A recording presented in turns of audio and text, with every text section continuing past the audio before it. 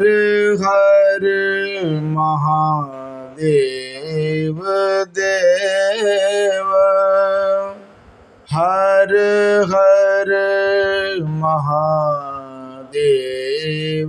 देव, हर हर महादेव देव। धर्म प्रेमी बंधुओं, श्री शिव महापुराण रुद्र संहिता कुमार खंड के आज 17वें अध्याय में आप सब सुनेंगे पुत्र के वध से कुपित जगदम्बा का अनेक शक्तियों को उत्पन्न करना और उनके द्वारा प्रलय मचाया जाना, देवताओं और ऋषियों का स्तवन द्वारा पार्वती को प्रसन्न करना, शिव जी के आज्ञानुसार हाथी का सिर लाया जाना और उसे गणेश के धड़ से जोड़कर उन्हें जीवित करने की कथा। नारद जी बोले, हे ब्रह्मन, हे महाप्राज्ञ, अब आप मुझे बताइए कि संपूर्ण समाचार सुन लेने के बाद महादेवी ने क्या किया, उसे ठीक ठीक सुनना चाहता हूँ। ब्रह्मा जी बोले, हे मुनिश्रेष्ठ, उसके बाद जगदम्बा का जो चरित्र हुआ उसे अब मैं संपूर्ण रूप से कह रहा हूँ, सुनिए। गणाधिप उस गणेश के मार दिए जाने पर शिव जी के गणों ने मृदंग एवं पटह बजाए तथा महान उत्सव किया। हे मुनीश्वर, शिव जी भी गणेश जी का शिरच्छेदन कर ज्यों ही दुखी हुए, उसी समय गिरिजा देवी अत्यंत क्रोधित हो गई। उन्होंने कहा, हाय, मैं क्या करूं, कहाँ जाऊं? मुझे बहुत बड़ा दुख उत्पन्न हो गया है। इसके मरने से तो मुझे बड़ा क्लेश हुआ। वह दुख किस प्रकार से दूर हो सकता है? सभी देवताओं तथा गणों ने मेरे पुत्र को मार डाला है, अतः मैं उनका नाश कर दूंगी अथवा प्रलय कर दूंगी। इस प्रकार दुखी हुई उन सर्वलोक माहेश्वरी ने उसी क्षण कुपित होकर करोड़ों शक्तियों को उत्पन्न किया। तेज से जाज्वल्यमान उन उत्पन्न हुई शक्तियों ने जगदम्बा पार्वती को नमस्कार कर कहा, हे माता, आज्ञा दीजिए। हे मुनीश्वर, यह सुनकर शंभु की शक्ति महामाया प्रकृति ने क्रोध में भरकर उन सभी शक्तियों से कहा, हे शक्तियों, हे देवियों, तुम सब मेरी आज्ञा से प्रलय कर डालो। इसमें आप सभी को विचार नहीं करना चाहिए।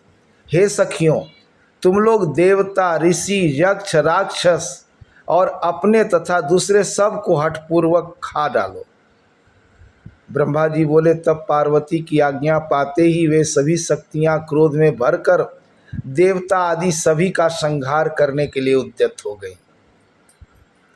जिस प्रकार अग्नि तृणों का संहार कर देती हैं, उसी प्रकार वे समस्त शक्तियां भी संहार करने लगी। शिव के गणाधिप विष्णु, ब्रह्मा, शंकर, इंद्र, यक्षराज, स्कंद तथा सूर्य आदि का वे निरंतर संहार करने लगी। जहाँ जहाँ दृष्टि जाती वहाँ वहाँ केवल शक्तियाँ ही दिखाई पड़ती थी। उस समय कराली, कुब्जका, खंजा, लंब सिरखा आदि अनेक शक्तियाँ देवताओं को हाथ से पकड़कर मुख में डालने लगी। उस संहार को देखकर हर, ब्रह्मा, हरि तथा इंद्रादि सभी देवतागण एवं ऋषि इस संदेह में पड़ गए कि क्या देवी अकाल में ही प्रलय कर देंगी। इस प्रकार उनमें जीवन की आशा समाप्त सी हो गई। सभी लोगों ने मिलकर कहा कि अब हमें क्या करना चाहिए, सब लोग इस पर विचार करें। इस प्रकार परस्पर विचार करते हुए वे कहने लगे, यदि गिरिजा देवी प्रसन्न हो जाएं तो शांति हो सकती है, अन्यथा करोड़ों उपायों से भी शांति संभव नहीं है। अनेक प्रकार की लीलाओं को करने में प्रवीण शिव जी भी सबको मोहित करते हुए लौकिक गति का आश्रय लेकर दुख में पड़ गए। किंतु सभी देवताओं की कमर उस समय टूट गई जब पार्वती के पास जाने का प्रश्न उठा। उन्होंने सोचा कि पार्वती साक्षात क्रोध की मूर्ति है, कोई भी उनके सामने जाने का साहस नहीं कर सकता है। हे मुने, उस समय देवता, दानवगण, दिक्पाल, यक्ष, किन्नर, मुनि, विष्णु, ब्रह्मा एवं महाप्रभु शंकर आदि तथा अपना पराया कोई भी गिरजा के सामने खड़ा होने में समर्थ नहीं हुआ। सभी ओर से पार्वती के जलते हुए उस दाहक तेज को देखकर सभी लोग दूर खड़े हो गए। हे मुने, उसी समय दिव्य दर्शन वाले आप नारद देवगणों को सुखी करने वहां पहुंच गए। पास आकर मुझ ब्रह्मा, विष्णु तथा शंकर को प्रणाम कर सबके साथ मिलकर आप कहने लगे कि सोच विचार कर ही कोई काम करना चाहिए। उसके बाद सभी देवताओं ने आप महात्मा के साथ मंत्रणा की कि इस दुख की शांति किस प्रकार होगी। इसके बाद उन्होंने कहा, जब तक गिरजा देवी कृपा नहीं करेंगी तब तक दुख की शांति संभव नहीं है। इसमें कोई विचार नहीं करना चाहिए। उसके बाद सभी ऋषि आपको साथ लेकर पार्वती के पास गए और क्रोध शांत करने के लिए शिवा को प्रसन्न करने लगे। सभी ने बारंबार प्रणाम किया और अनेक स्तोत्रों से स्तुति करके उन्हें प्रसन्न करते हुए देवगणों की आज्ञा से प्रेम पूर्वक कहा। देवर्षि बोले, हे जगदम्ब, आपको नमस्कार है, आप शिवा को नमस्कार है, आप चंडिका को नमस्कार है, आप कल्याणी को नमस्कार है। जगदम्ब नमस्तुभ्यं, शिवाय च नमोस्तुते, चंडिकाय नमस्तुभ्यं, कल्याण्ये च नमोस्तुते। हे अम्ब, आप ही आदि शक्ति हैं, आप ही सर्वदा सृष्टि करने वाली, पालन करने वाली तथा प्रलय करने वाली शक्ति हैं। हे देवेशी, आप प्रसन्न हो, शांति कीजिए, आपको नमस्कार है। हे देवी, आपके क्रोध से सारा त्रैलोक्य विकल हो रहा है। ब्रह्मा जी बोले, इस प्रकार आप सभी ऋषियों ने मिलकर पराम्बा की स्तुति की। तब भी क्रोधपूर्ण दृष्टि से उनकी ओर देखती हुई उन शिवा ने कुछ भी नहीं कहा। पुनः सभी ऋषियों ने उनके चरण कमल को नमस्कार कर परम भक्ति के साथ हाथ जोड़कर धीरे से शिवा से कहा। ऋषिगण बोले, हे देवी, क्षमा कीजिए, क्षमा कीजिए, इस समय प्रलय होना चाहता है। हे अंबिके, आपके स्वामी यहीं पर स्थित हैं, देखिए देखिए। क्षम्यताम क्षम्यताम देवी, संहारो जायते धुना, तब स्वामी स्थिताश्चात्र पश्य पश्य तमंबिके। हम कौन हैं? ये ब्रह्मा विष्णु आदि देवता कौन हैं? वस्तुतः हम सब आपकी प्रजाएं हैं और हाथ जोड़कर खड़े हैं। हे परमेश्वरी, हम सभी का अपराध क्षमा कीजिए। हे शिवे, सभी लोग व्याकुल हैं, अतः इनकी शांति कीजिए। ब्रह्मा जी बोले, ऐसा कहकर सभी ऋषिगण अत्यंत दीनता से व्याकुल हो अंबिका के सामने हाथ जोड़े हुए खड़े रहे। इस प्रकार उनका वचन सुनकर चंडिका प्रसन्न हो गई और करुणाद्र चित्त हो ऋषियों से कहने लगी। देवी बोली, यदि मेरा पुत्र जीवित हो जाए और तुम लोगों के बीच प्रथम पूज्य हो तो यह संहार नहीं होगा।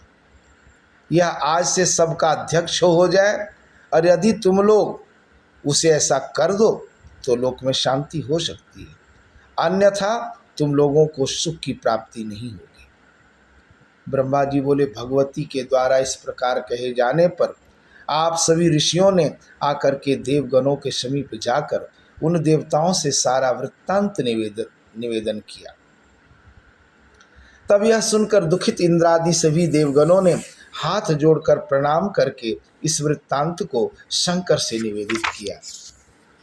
यह सुनकर शिवजी ने भी सभी देवताओं से कहा, हम लोगों को भी वही करना चाहिए जिससे सारे संसार का कल्याण हो। अतः आप लोग उत्तर दिशा की ओर जाइए और सर्वप्रथम जो मिले उसका सिर लाकर इसके धड़ से जोड़ दीजिए। ब्रह्मा जी बोले, तदंतर शिव की आज्ञा पालन करने वाले देवताओं ने ऐसा ही किया। गणेश जी का शरीर लाकर विधि पूर्वक उसका प्रक्षालन करके उसकी पूजा कर वे उत्तर दिशा की ओर चल दिए। वहीं पर उन्होंने सर्वप्रथम एक दांत वाला हाथी मिला। तब उसी का सिर लेकर उन्होंने गणेश के शरीर में जोड़ दिया। सिर जोड़कर सभी देवताओं ने ब्रह्मा, विष्णु तथा शंकर को प्रणाम करके यह वचन कहा, आपने जैसा कहा था वैसा हमने किया। अब इसके बाद जो कार्य शेष है उसे आप लोग को करना चाहिए। इसके बाद शिव के गण तथा देवता सुखपूर्वक सुशोभित हुए। पुनः शिव जी ने जैसा कहा वैसा ही उन लोगों ने पालन किया।